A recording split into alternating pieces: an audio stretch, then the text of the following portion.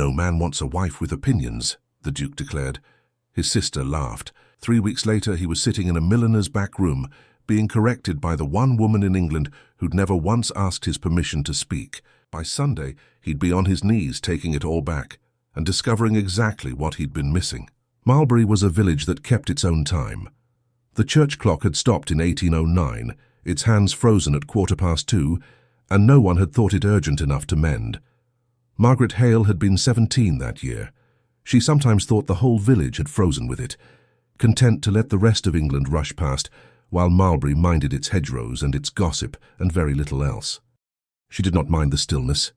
She minded only the talk that came with it. "You'll ruin your eyes working by that window in this light," said Nell Tovey, not looking up from the bonnet she was trimming.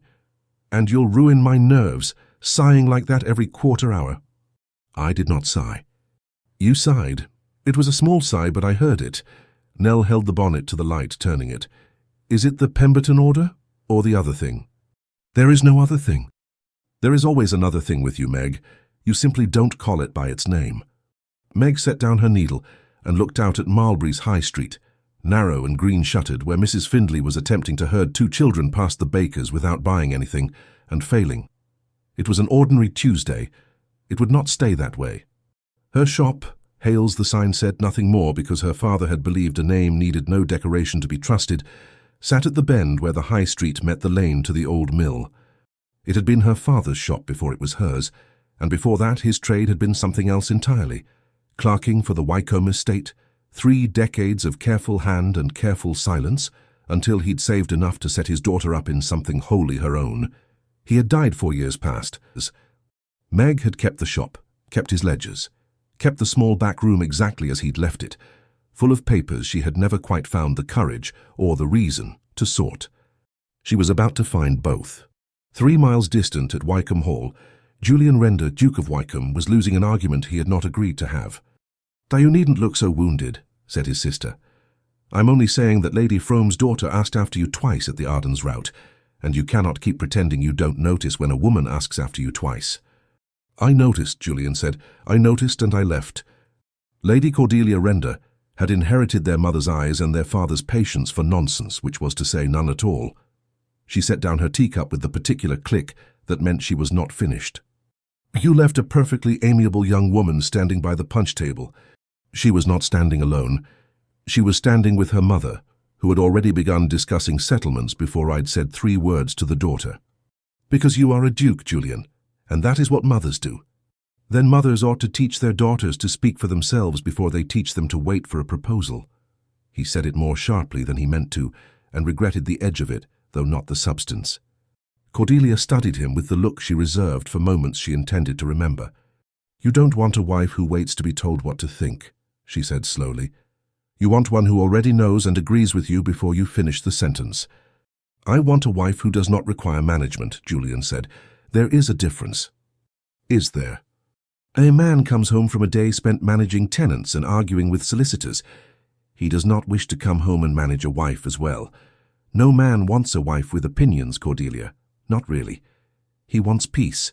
He wants a household that runs without a battle fought over every decision in it." He said it the way he said most things he believed firmly, flatly as fact, the kind of statement that did not invite contradiction because he had not considered that it required defending. Cordelia laughed, a short, delighted sound that made him immediately suspicious. "Write that down somewhere," she said. "I should like to have it in your own hand for later." "For what later?" "You'll see." She rose, smoothing her skirts, entirely too pleased with herself. "Now, before you forget you are a duke with duties, Mr. Abel is below, and he says it cannot wait." It could not, as it turned out, wait.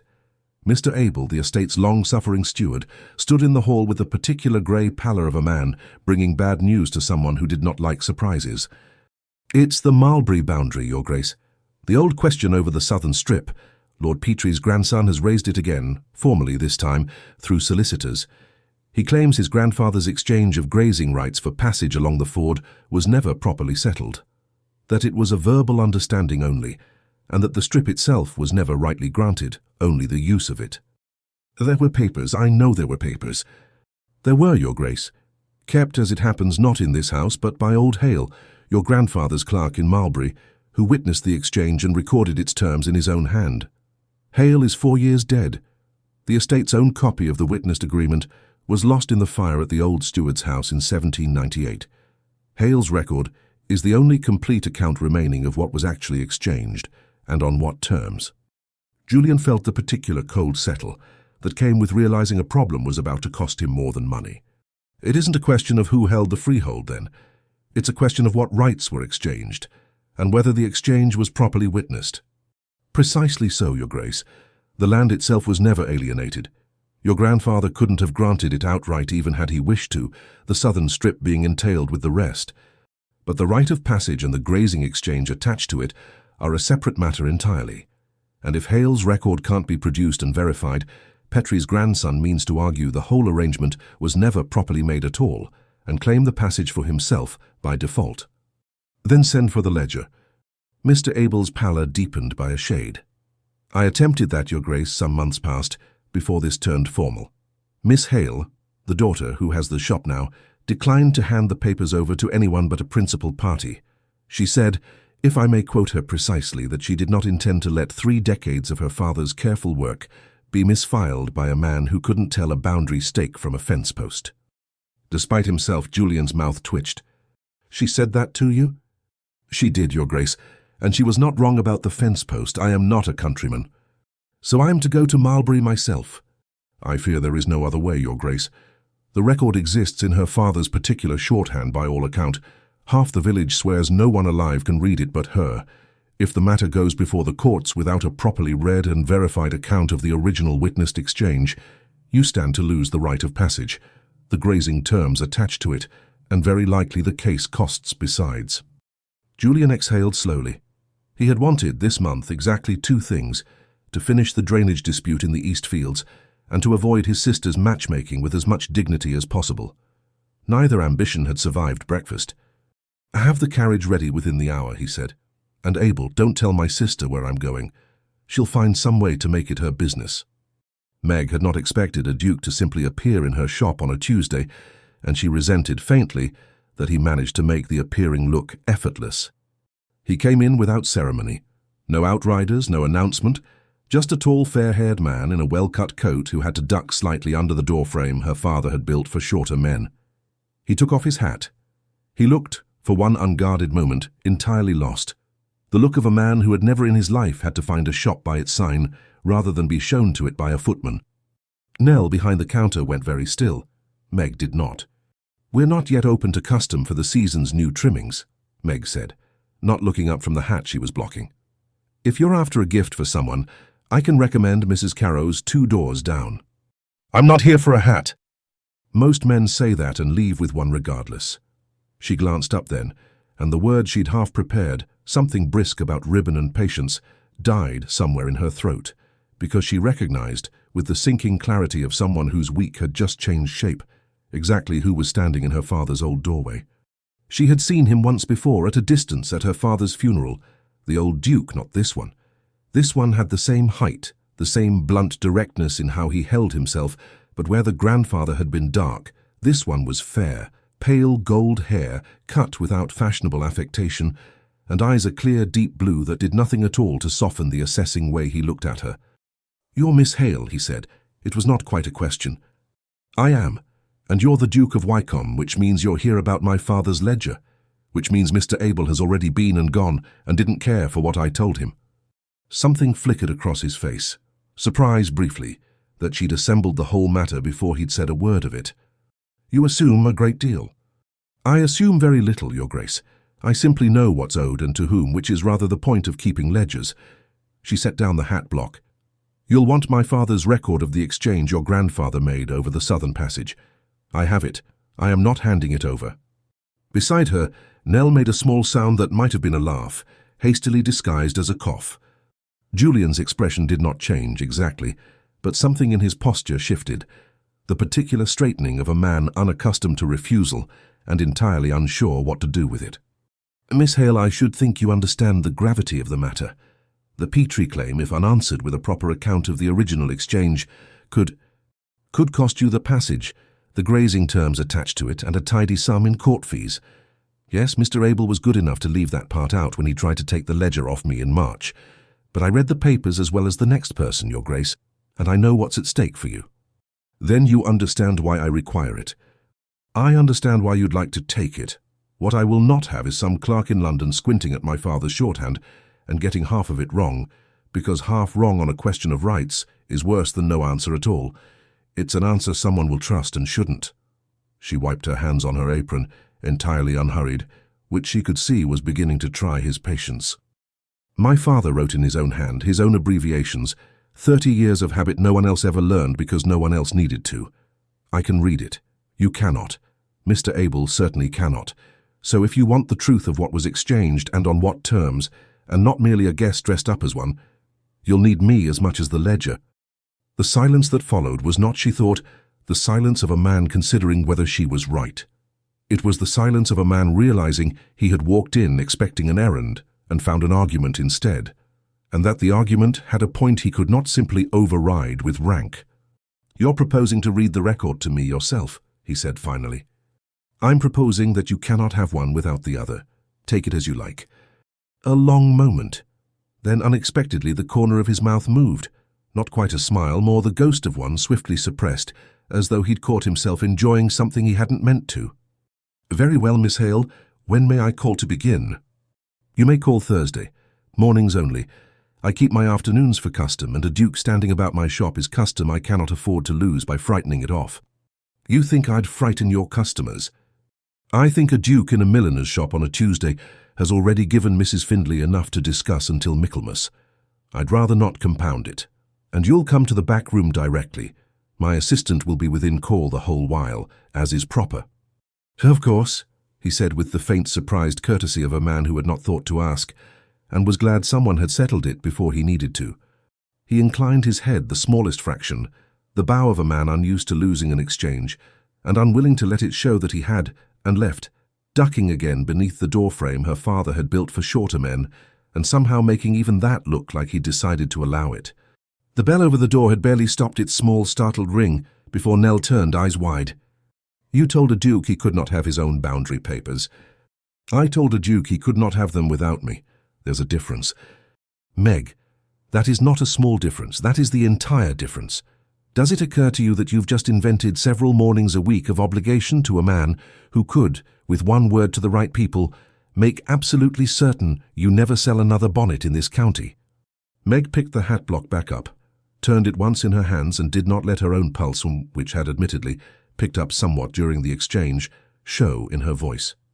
It occurs to me, she said, that my father's ledger is the only thing standing between that man and losing a right his own family has used for 20 years, and that he needs me a good deal more than I need him.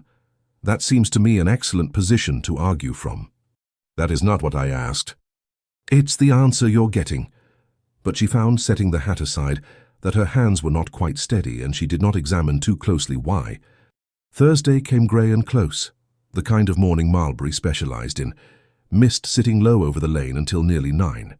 Julian arrived at 8:30 regardless, which told Meg something about him before he'd said a word, a man who did not wait to be comfortable before doing what needed doing. She led him to the back room without ceremony, her father's old study, unchanged since his death, shelves of ledgers in chronological order, a desk scarred with decades of careful work. Nell took up her sewing in the front of the shop, near enough to be summoned by a raised voice and far enough to allow conversation its own privacy, which satisfied propriety and Meg's own sense of order both. Julian looked around the back room the way a man looks at a space he didn't expect to find moving. He kept this himself, no clerk, no assistant? He didn't trust assistance with another man's land rights. Said a mistake on paper outlives the man who made it. She pulled down the relevant ledger, 1788 through 1799, and set it on the desk between them. Sit, if you mean to stay. This will take more than one morning. He sat. It was, she would think later, the first properly unguarded thing she saw him do, settling into a dead clerk's chair without complaint, waiting for her to begin, a duke arranging himself around her schedule rather than the reverse. Your father's hand, he said, looking at the page she'd opened. I cannot make sense of half of it. No one but me can, which is rather the point I made on Tuesday. She turned the ledger toward herself, tracing a line of cramped abbreviation with one finger. Here, this mark, the little flag above the entry, means witnessed, terms confirmed by both parties. He had a whole private alphabet for what was certain and what wasn't. Most men recording an exchange simply write what they're told and trust it. My father wrote what was agreed, and then he wrote whether he'd seen it agreed. That seems an unusual amount of caution for a clerk's ledger. He was an unusual clerk. She didn't look up. He thought most disputes that reached court could have been settled in a kitchen if anyone had bothered writing down what was actually said instead of what people wished had been said. He took it as his particular duty to make sure the truth outlived the argument. Julian was quiet for a moment, studying the page as though it had become suddenly more than a means to an end. That is, I confess, not what I expected to find in a milliner's back room. You expected a milliner, Your Grace.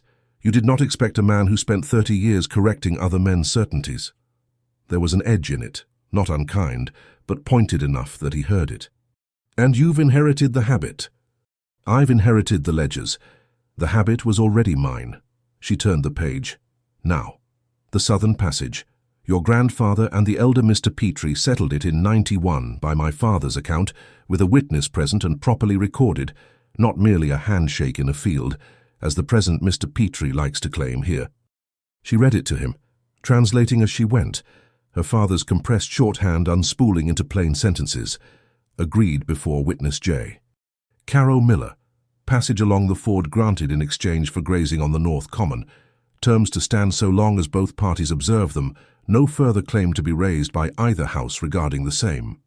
Julian listened with the particular attention of a man accustomed to being told things, rarely to being taught them, and finding the second sensation unexpectedly tolerable. Caro, he said, is he living? His son is. Old Caro died some years back, but the son was there as a boy. Might remember enough to confirm it if it comes to that.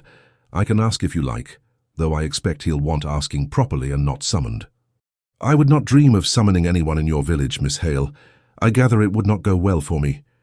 It would not, she agreed, and caught for the first time something almost like amusement crossing his face, not quite a smile, but its near relation, there and then, carefully put away.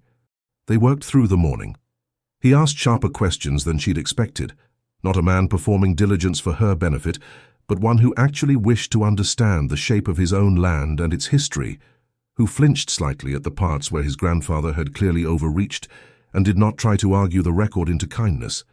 She found, somewhat against her will, that she respected that. Thursday again, she said when the light began to shift and she judged the morning spent. I've custom coming at 11 I can't put off.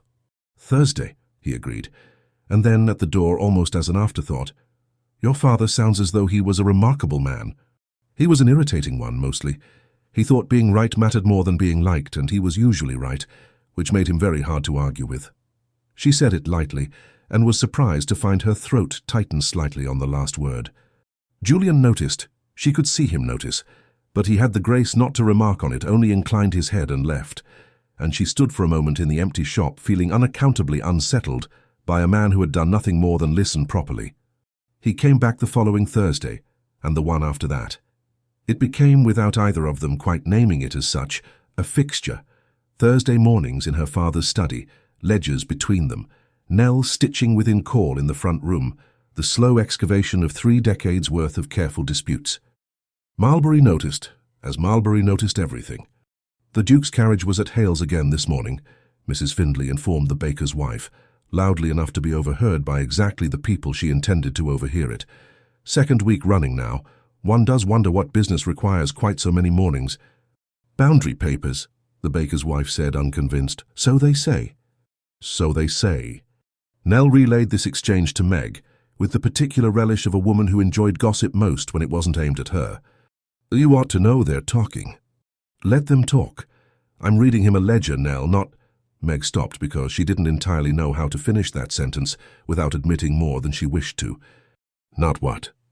Nothing. There's nothing to finish. You blushed finishing it. I did not. You're doing it now.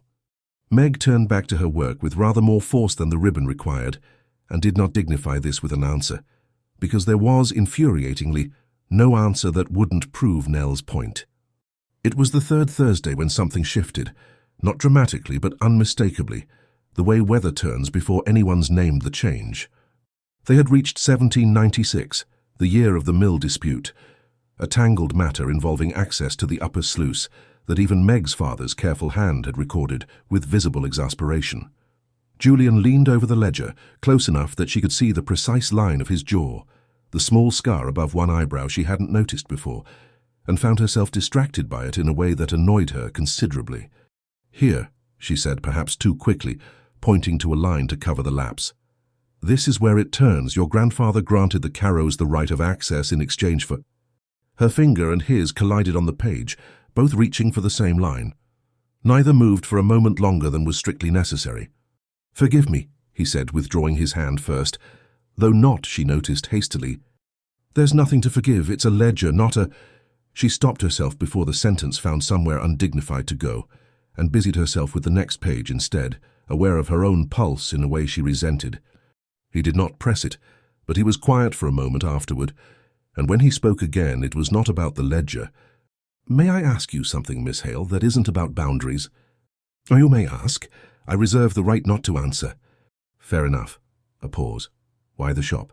You could have sold it after your father died, taken the money, married, found an easier life than this one." "Because the shop is mine," she said simply. "Not my father's, not a husband's, not anyone's loan to me until they decide otherwise. Mine. I built half this trade myself after he died. The Pemberton order, the new ribbon supplier, the trimming work for 3 counties' worth of brides. I'm not interested in trading what I built for the privilege of being someone's dependent, however comfortable the dependency. That's not how most women describe marriage. Most women haven't run a business through 2 bad harvests and a father's death without a single man stepping in to make it easier. I have. I find I prefer answering to myself." She looked at him directly. "I expect that sounds like exactly the sort of opinion a man would rather his wife not have." Something crossed his face then, quick, almost wary, as though she'd struck closer to something than she knew. He recovered it well, but not perfectly. "What makes you say that?" "Only that most men I've met find a woman with a settled opinion of her own rather trying. I find it a useful filter, saves time."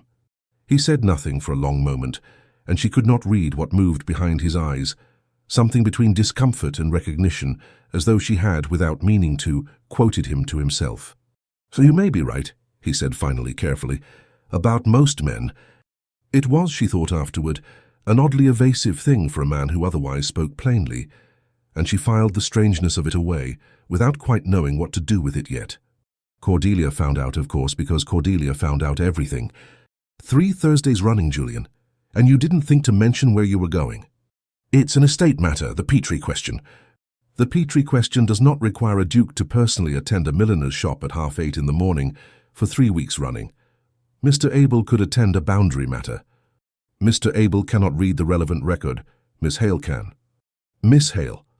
Cordelia repeated the name with the particular relish of a woman storing it away for later use. "And is Miss Hale agreeable? Easy to manage? The sort of woman who agrees with you before you finish a sentence?" Julian, despite himself, felt the corner of his mouth twitch with something that was not quite irritation. "She is the most disagreeable woman I have met in several years." "Is she?" "She argued with me on Tuesday about whether a duke ought to involve himself at all in a dispute that touches common land used by half the village. She was infuriatingly correct." Cordelia set down her needlework entirely, which Julian had learned over 30 years to recognize as a declaration of war. "You find her disagreeable," she said slowly, "and infuriating and correct, and you return every Thursday regardless. The matter is unresolved." "The matter," said his sister, with the terrible satisfaction of a woman who has just watched her brother's own words come home to roost, "sounds entirely resolved to me. You have simply not yet admitted what it is." "There is nothing to admit, Cordelia." "No man wants a wife with opinions," Cordelia said with relish, each word placed with surgical precision. "Write it down, you said.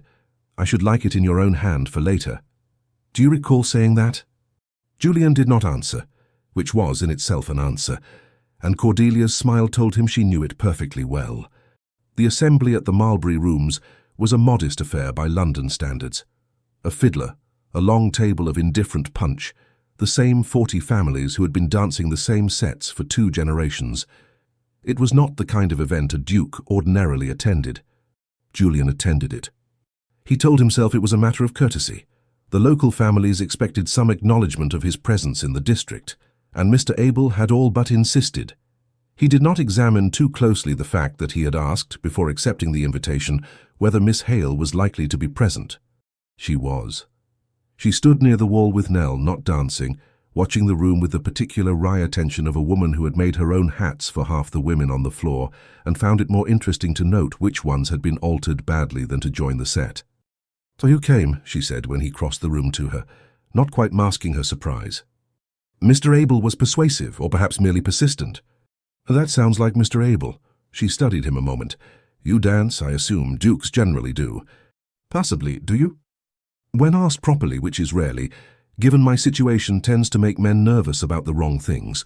A dry note, not quite bitter. They worry I'll correct their figures in the dance as readily as I correct their ledgers." "Would you?" "Only if they deserved it." He held out his hand before he had entirely decided to, and she looked at it, then at him, and something passed between them that neither chose to name, a brief, deliberate weighing of consequence, and then she took it anyway. It was, she would think later, a mistake she made with her eyes open. The set was a country dance, brisk and orderly, hands clasped and released in turn as the figures called them together and apart. There was no occasion for anything closer, and Meg was glad of it, glad too that the form of the dance gave her somewhere to look besides directly at him, and something to count besides the unreasonable attention she was paying to exactly how long his hand held hers at each turn, before propriety required him to let go. The set ended. They stood together a moment, both slightly breathless, waiting for the next figure to be called, and it was in that pause, the music paused too, the dancers catching their wind, the room's chatter rising to fill the gap, that Mrs. Findlay's voice carried clearly across the floor from her post by the punch table, pitched for exactly the audience she intended. The Duke, dancing with the milliner and looking very pleased about it besides. Well, a pause waited with everything a pause could carry in a room this small. One does wonder what Lord Petrie's solicitors will make of that, given the boundaries still unsettled between the houses. It was not said to Meg directly. It reached her regardless in the lull between sets, the way such things always did, carried on currents no one bothered to disguise.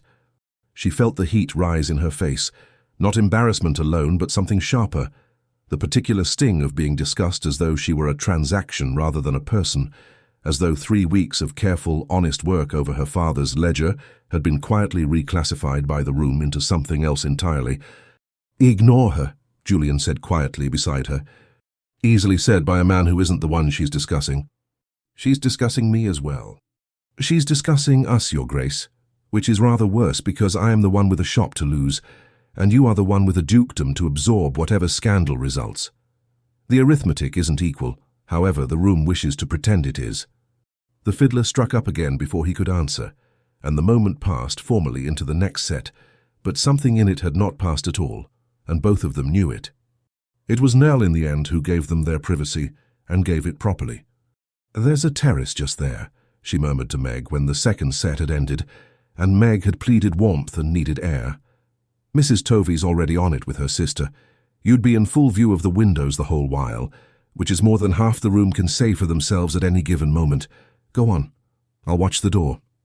It was, Meg understood, exactly the kind of arrangement that satisfied propriety without abandoning her to it. Visible, accounted for, and yet, for a few minutes, blessedly out of Mrs. Findlay's immediate hearing. Julian followed her out at a careful distance, falling into step beside her once they'd reached the terrace's far end, where the light from the windows still touched them, but the worst of the room's noise did not. "You're angry," he said. "I'm not angry. I'm being sensible, which feels a great deal like anger just now." She kept her eyes on the dark garden below, though she did not descend into it. "Mrs. Findlay isn't wrong to talk, Your Grace. That's the trouble of it. She's only saying aloud what the whole room is already thinking, and what the whole room thinks tends, eventually, to become what the whole room decides. About my shop, about my custom, about whether I'm a respectable woman to buy a wedding bonnet from, or merely an amusing scandal to discuss over punch. That's unjust." "It's accurate, which is worse than unjust because injustice can at least be argued with." She turned to face him properly, the terrace's modest light catching the line of his jaw, the windows full of dancers just behind them both. You came to my shop for a ledger. I gave you the ledger and more besides, my father's whole history freely, because you needed the truth of that exchange, and I was the only one who could give it to you honestly. I did not agree to give you my reputation along with it. I have not asked for your reputation. You didn't need to ask, Your Grace. You simply had to dance with me in a room where everyone already had a theory about your Thursday mornings, and the asking became unnecessary. He was silent for a moment, and in the half-light from the windows she could see him working through something, not the practiced ease of a man accustomed to smoothing over a difficulty, but a genuine visible effort to find words equal to what he meant. I told my sister some weeks ago, he said slowly, that no man wants a wife with opinions, that a household runs better on agreement than argument. I believed it when I said it. I had never been disagreed with by anyone whose disagreement I respected, so the belief cost me nothing to hold. And now? Now I find myself counting the hours until Thursday for the privilege of being told I'm wrong about my own grandfather's land, and I cannot account for it by any philosophy I held a month ago. He said it plainly, without the polish of a rehearsed confession, which made it land harder than Polish would have. I don't say this to ask anything of you tonight, Miss Hale. Only that you should know it isn't idle curiosity that brings me to your shop and hasn't been for several weeks. She should have stepped back. She intended to step back, even as she stood there in the lamplight from the windows, fully visible to anyone who cared to look, and instead she found herself looking up at him with a directness that asked, without words, the question she would not allow herself to voice. He kissed her, briefly in full view of the terrace windows. In the half-second any passing glance might have caught it, and made of it whatever it liked. It was not practiced, nor especially confident. The brief hesitation before it, the way his hand came up to her jaw, as though he expected to be stopped and was bracing for it, and it ended almost as quickly as it began, both of them drawing back half a breath at the same moment, startled by the same thing from opposite directions. Meg stepped back first. That, she said, and her voice was not as steady as she wished it, was a mistake. Not because anyone saw it, though someone may well have, but because I let myself want it, in a room full of people already deciding what to make of me. Meg? Miss Hale. The correction came out sharper than she meant, a small instinctive retreat into formality, like pulling a door shut.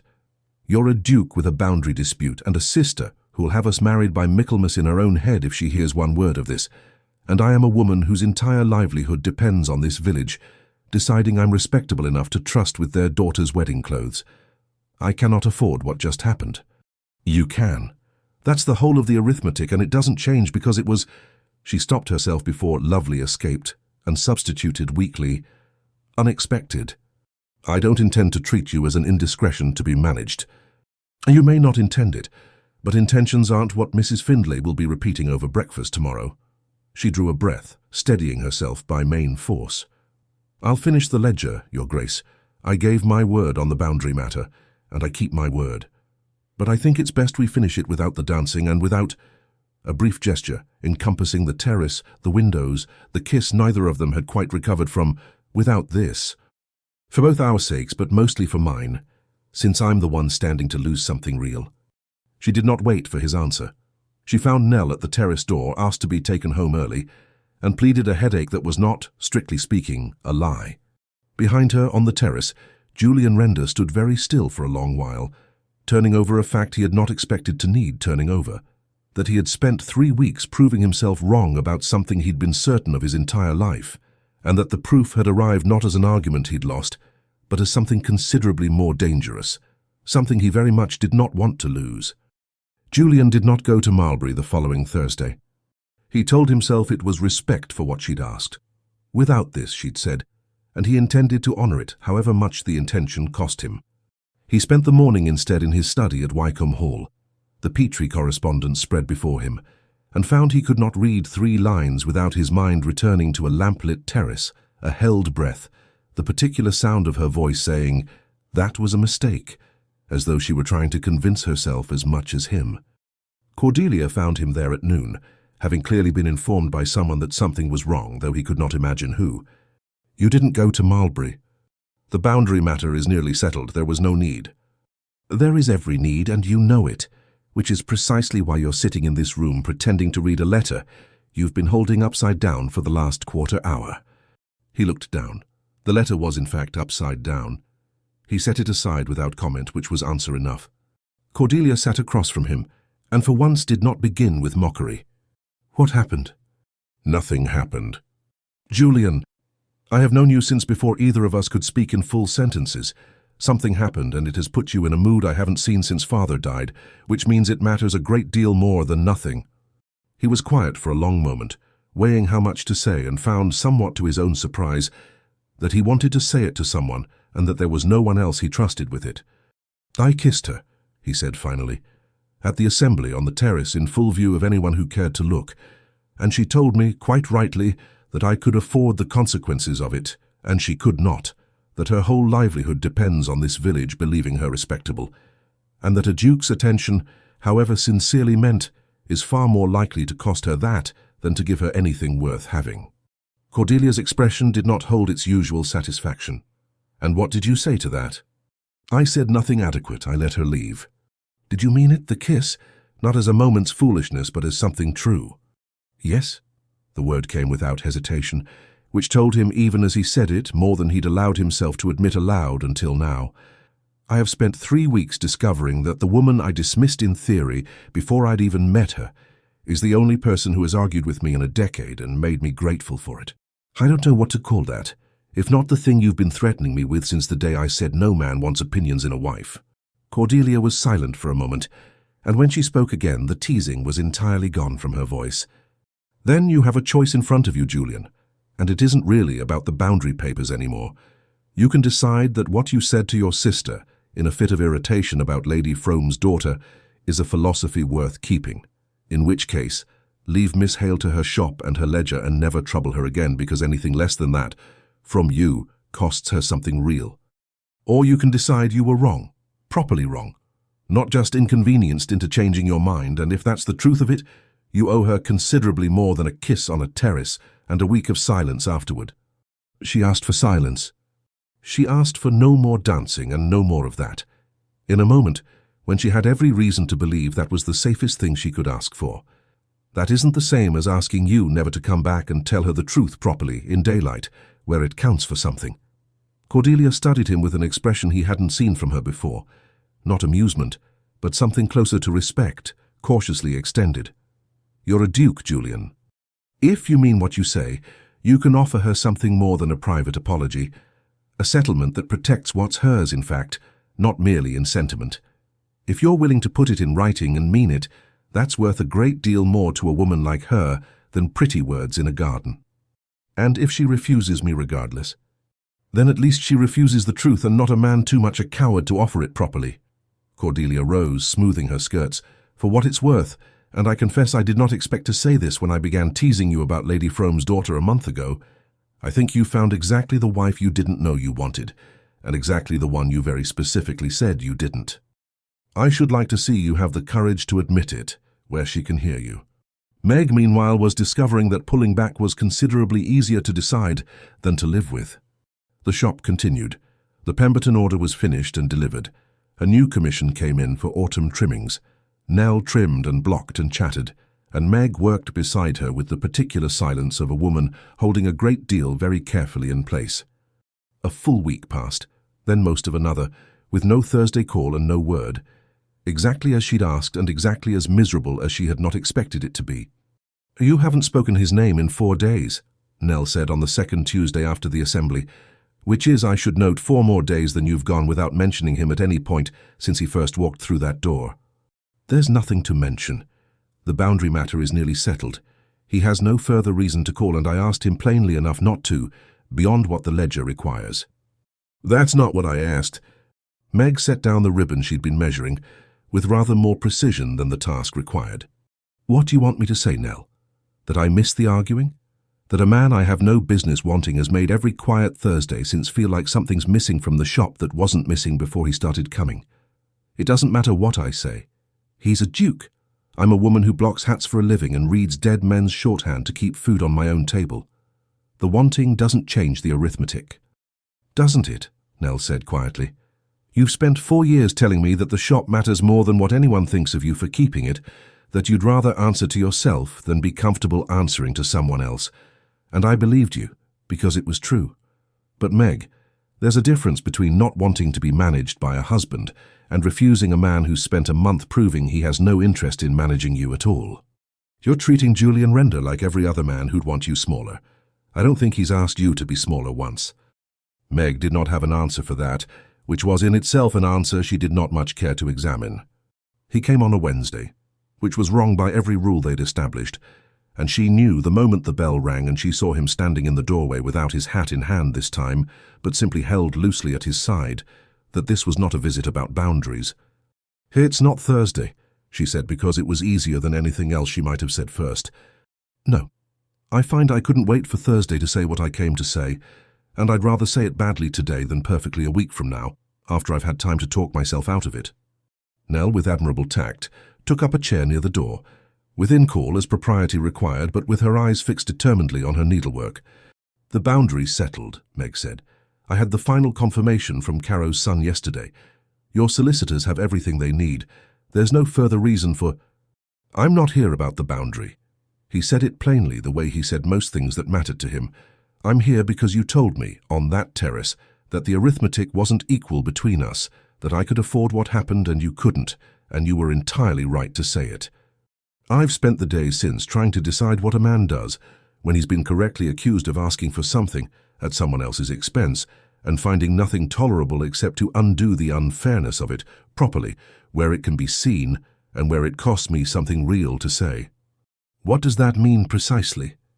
"It means I'm not here to ask you to risk your reputation on the strength of a kiss on a terrace that either of us could deny tomorrow. I'm here because I told my sister a month ago that no man wants a wife with opinions, that a household runs better on agreement than on argument, that peace matters more than being disagreed with." He held her gaze, steady, unhurried, the words coming without the polish of a man performing sincerity, but with the plainness of one who had simply run out of patience for anything except the truth. "I was wrong, Meg. Not wrong in the way a man admits to be agreeable, wrong in the way that costs something to say aloud, because I built a whole philosophy on never having met a woman whose disagreement I valued more than my own comfort. And then I met you, and every certainty I held went straight out the window of your father's study within a fortnight." Meg's throat had gone tight, and she did not trust her voice yet, so she said nothing and let him continue. "I don't want a wife who agrees with me before I've finished a sentence. I want the one who tells Mr. Abel he can't tell a boundary stake from a fence post, and is right to say it. I want the one who reads her father's shorthand back to me and makes me grateful every Thursday that someone in my life still bothers to correct me. I am not offering you protection as a kindness, Meg, or a duke's charity to a milliner who's caught his attention. I'm telling you that the arithmetic you mentioned on that terrace is exactly why I should say this properly, in daylight, where Mrs. Findlay can hear every word of it if she likes, because I would rather lose every ounce of comfortable certainty I had a month ago than lose you to my own cowardice about saying so." "That's not a proposal," Meg said, finally finding her voice, though it was not entirely steady. "That's a very long way of avoiding one." Something in his face shifted, not quite a smile, but its near relation, recognizing exactly what she'd done by saying it. "You're right, it is." A breath. "Forgive me, I find I'm considerably less composed about this than I am about boundary disputes. I'd noticed." Margaret Hale. He said her given name properly this time, without the formality she'd insisted on at the assembly, and the sound of it in his voice did something to her composure she was not prepared to admit to. "I am not going to ask you to give up this shop, or your custom, or your father's ledgers, or any single part of the life you built, because no one else would build it for you. I am asking whether you would consider building the next part of it beside me, as my wife, and as the woman whose opinions I have come, against every belief I held a month ago, to find I cannot do without." She looked at him for a long moment, at the man who had ducked under her father's doorframe with his hat in hand, and left, weeks later, having read every line of a dead clerk's private alphabet of doubt, having sat through her sharpest corrections without once asking her to soften them. "If I say yes," she said slowly, "I want it understood plainly now before either of us pretends otherwise later, and I want it understood in a way that holds up to more than good intentions.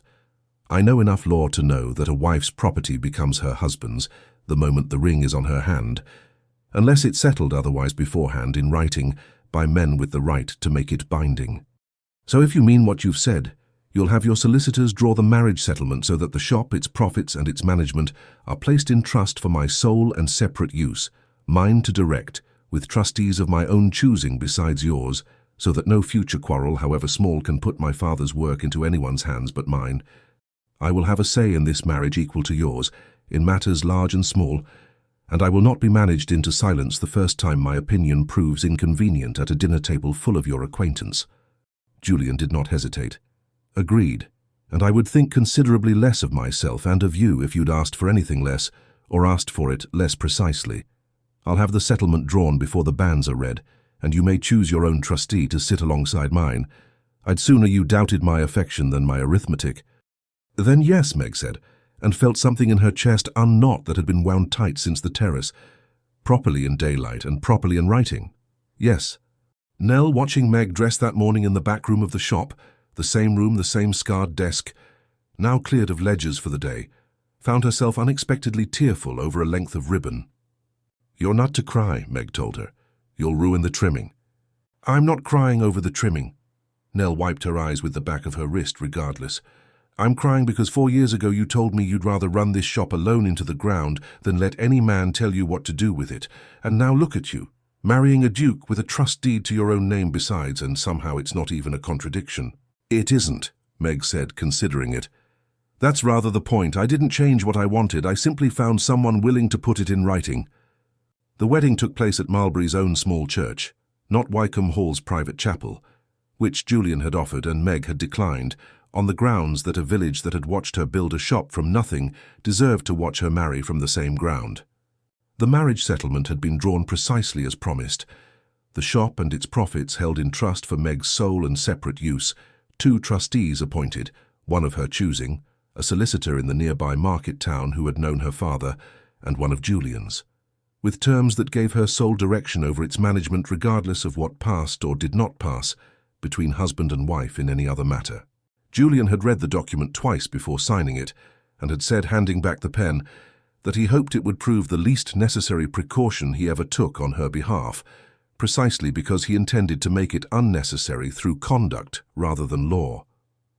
Cordelia stood beside Julian as he waited, and leaned in only once just before the ceremony began. "No man wants a wife with opinions," she murmured. "I believe I asked you to write that down. I believe I've spent the last 2 months unwriting it as thoroughly as I can manage. See that you keep unwriting it. I intend to remind you of it at every anniversary for the rest of your life." I would expect nothing less.